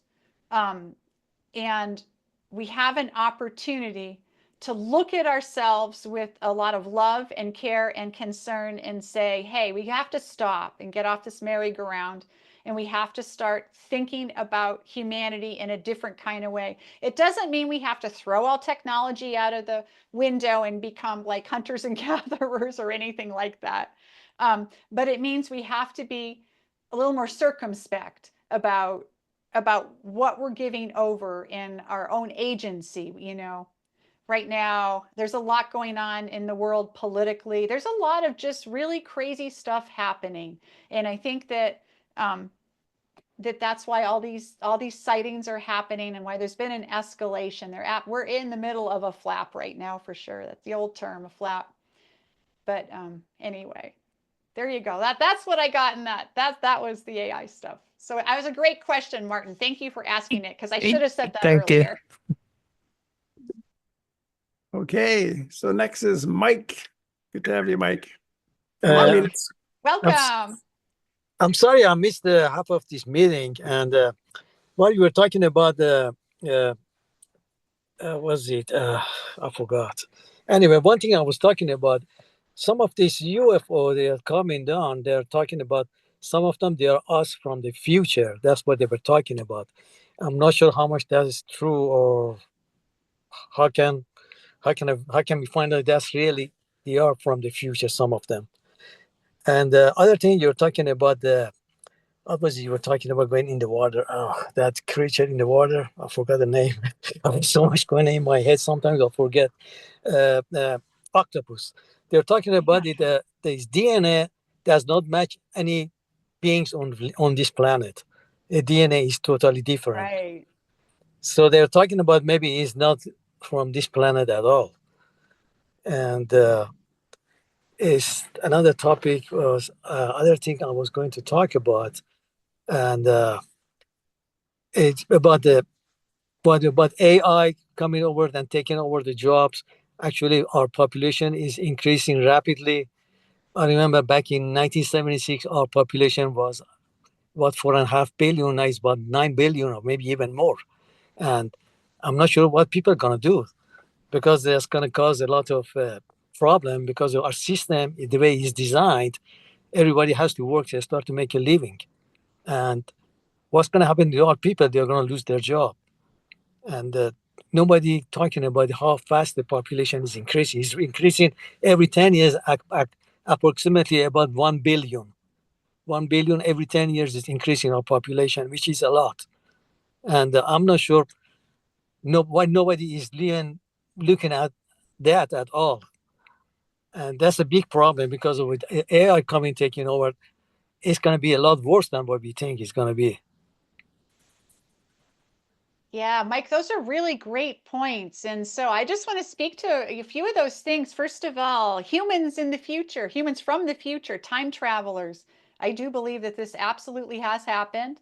I do believe we've had time travelers visit, and then if you think about it, everyone who is a remote viewer of any kind is a time traveler, because you can experience the future and the past. You know, so you are we are all time travelers for sure. And is it possible that some of these aliens are us in the future? Yes, I think that that's very possible, and probably likely. Not all of them, but I think that there may be some. And other things that, oh yeah, the octopus DNA, that's a great point. Yeah, I've read that before too. And I think that there are the octopus, and there are other species that are like that too, where their DNA is so divergent that I do think that they have some kind of other, you know, their genesis was from somewhere else for sure. I think the octopus is one of those creatures that probably was seeded here or something like that. Yeah, and of course that also speaks to their incredible intelligence. incredible intelligence. And as far as, population, I think we're going to see, well, one of the sessions I'm going to post fairly soon is on the future of humanity, humanity 100 years in the future. This is something I gave to my students in the January class.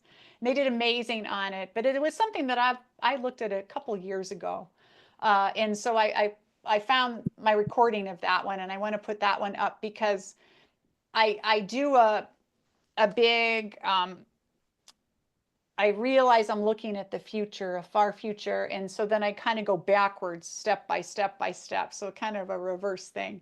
And it's a super fascinating session because there is a huge population decline that happens at some point. And I don't want to give away exactly the whole story here because I want you guys to watch this session because it's just it's really rich. It was one of my favorite sessions I've ever done. Other things. Yeah. Other things kind of amazing. They were talking about a UFO coming down probably just maybe 20 feet. But when they get inside a UFO, it's as big as a football field. And have you heard about that? They were talking about that. Yeah, absolutely. Yeah, but time and space are not what we think they are. We have a very limited understanding about all these things. And a lot of our understanding comes from our own cultural conditioning, and understanding going back many thousands of years. But there have always been interesting people as part of the human race who have come up with outside the box ideas and understanding about things. And so these are the people we should be looking at, the deep thinkers that are telling us stuff that makes our minds kind of squish up and you think, what? Those are the people worth listening to, not the people that are parroting everything anyone else has said. So yeah, for sure. Actually, Stephen Hawking was right. We have to start colonizing other planets because our population increasing so rapidly, so high. So we have no other choice. We have to go to other planets in order to survive. Yeah, you know what? We will be spacefaring at some point for sure. For sure. Definitely.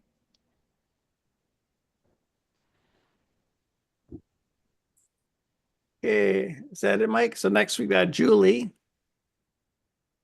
can have your camera on or off if you want.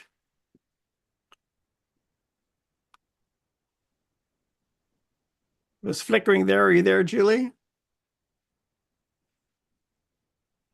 Well, I was next in line for a question if Julie's not there. I was going to ask you about, you mentioned the Tic Tac UFO with the little object sticking out on the surface. I did a video once with Michael Schratt, who really specializes in graphics for UFO crashes. And he insisted, yeah, he's great.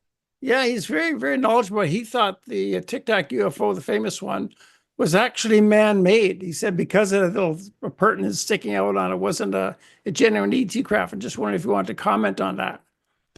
Yeah, I looked at the Tic Tac and it is definitely non-human, but I think that it's like it's like the drones, a lot of these things that they have, I think that they're doing it because they think that it resonates with us, or who knows exactly. But the Tic Tac definitely was non-human that I looked at. But I know other people think maybe it is man-made in some way. But I don't think that even just from a pragmatic standpoint, the way that it's been described to move and to, drop into the ocean and fly back out so quickly, I think that we don't have that technology, although maybe we do in secret somewhere. It's very possible. But I had a conversation with the Tic Tac. And I've looked at lots of military craft and things over the years too. And I don't just look at ET stuff, gang. I would say I have kind of an 80-20 rule. 80% of what I look at is verifiable stuff for like homework, for practice, so that I can develop my skills to a high level. So I look at a lot of interesting things throughout history, political events, all kinds of interesting things. And I'll always find things in there that nobody knows about, But the 20%, that's what really gets me excited. And so, but yeah, I do think that they're non-human for sure. Doesn't Yeah, mean I that think we so too. haven't tried to create one or captured one and tried to figure out how it works. Who knows? And you mentioned the drones that have a cloaking device during the day. That's kind of fascinating. Do you think they're just floating around there? The cloaking device are still there, or where do they go? Yeah, they're there. They're just right where, yeah, they're still there all day long. They don't go away. They're still there all day long, just floating around, flying around, So going they're here and there. ET of some kind then. Yeah, there's something like that. They're definitely non-human, and they're not like interdimensional at all. They're not interdimensional. That has a whole different flavor. They're just weird. Could it be some of them made by human? Because they were talking about Project Bluebeam. Have you ever heard of that? Oh, sure. Yeah. I have heard of Project Bluebeam. That's like, where they're going to come up with a whole fake alien invasion to get people to react a certain way so that they can institute martial law and, control the public. And that was a real project. That was an actual, I mean, they didn't do it, but it was developed as a real project. That isn't just like some nutty conspiracy theory. That's actually real. And are they thinking about doing something like that now? I don't know. I haven't picked anything up like that up, but I haven't looked specifically either. So That's yeah, something. I wouldn't trust the government or any government to be Yeah, honest. I think that's something Von Braun. He warned us about it back in 70s. Right. Okay. There was a question that Julie has in the text here. She can't talk, but she said, can you please say hello to Birdie and ask if there's any relationship between UFOs and plant medicines and mushrooms and ayahuasca? Oh, okay. Hey, Julie. Hello to you too. I don't know if there's any. I think that, plant medicines and all of those things, it is possible. I mean, I believe that humans, for example, I believe that our genetic code was altered by ETs. And that's, part of what we're evolving to become is part of some bigger project. And it is very possible that those same ETs seeded this planet with entheogenic medicines so that we could raise our consciousness and have a larger awareness about things. I think that is entirely possible. They're really, mushrooms themselves are absolutely fascinating. Mycelium and all of that is absolutely fascinating to me. And the fact that you can have, you can use some of these natural medicines, these natural plants to expand your mind and see things that you wouldn't normally see and understand things that you wouldn't normally understand. I think that tells us that shows us that we're more than what we are. And it shows us that we either co-evolved with these plants, because why would these plants have these abilities, right? Or that they were placed here for us. So yeah, I think it's within the realm of possibility. That would be an interesting remote viewing project to look at. So I'm going to add that to my list. I've got a long list of really cool stuff. And I'm going to add that because that would be a really fun project. So thank you. Very And good. so we're coming out. So we've been here for 2 hours. So Yeah, I'll 2 go hours. I'll go a little bit longer if there's a few more questions. Yeah, we just have one more. It's from Veronica. Okay, one more question. Okay, Veronica. Do you want your camera Hello, on? you guys hear me? Yeah, yeah. Yes. Awesome. Hi, Birdie. I'm now in your meetup group. Hey. So I wanted to ask you, maybe if you haven't, you can add this to your list too, but have you ever remote viewed, I think, Project High Jump for Admiral E. Byrd, or for flying over the poles of roughly 1947? I'd be curious to know on that one. Oh, yeah. You know what? It's actually on my list of things to get to. I have looked at Antarctica, and there's a lot of weird stuff down there, man. Yeah. There's definitely a base with all kinds of craft, down there, 100%. And there's all kinds of secret projects going on down there too. So, that's a really fascinating place. It's inhospitable, but that's what makes it so easy to hide there. because it is so inhospitable. So, but looking at, Project High Jump is on my big list of things, because I think that from a historical perspective would be absolutely fascinating. Yeah, because I've heard of stuff before when I was on YouTube a lot more and I had more time. Things that I've learned about the different projects, not that extensively, but things that resonated more with me and as an experiencer. And that's why sometimes even me in dreams and what I've received, that's why I was like wondering what you got. And when we talk about things coming from the ocean, and I remember hearing that mathematically, I think they counted that we could have up to 7 realms like this planet in the 1600s. So anyway, just wanted to ask about that. Oh, I'm really glad that you did. So I'm going to bump it up on my list to give out to somebody, give out to my group or something. So thank you. I heard about that project. I heard the John Kerry and Buzz Aldrin. They went there and they haven't talked about it. They kept it very secret. Have you heard of that? Buzz Aldrin and John Kerry. Oh yeah, for sure. Yeah, definitely. Well, thank you everybody for hanging out with me tonight and talking about drones and psionics and crazy things to remote view. I love you all very much. And I look forward to having another conversation down the road. And a special thanks to Brian and Preparing for ET Contact meetup group for hanging out with us tonight and having this meeting of the minds. So I'm really grateful. Thank Maybe you. we can open up our mics and have a little applause. Thank Birdie here. Thank you, Birdie. Incredible words of wisdom and knowledge and insight. Thank you so much. Thank you, Thank you so Birdie. much.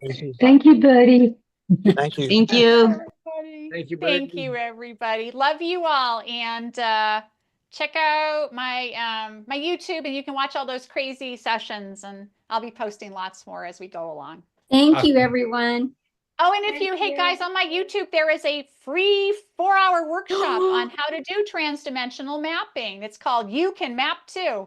So check it out, and you'll be able to do what I do. And share it with your friends. And share it with your friends. Damn straight. Thank you, Sandy. Thanks, Birdie. Okay, guys. Love you all. See you down the road. Bye.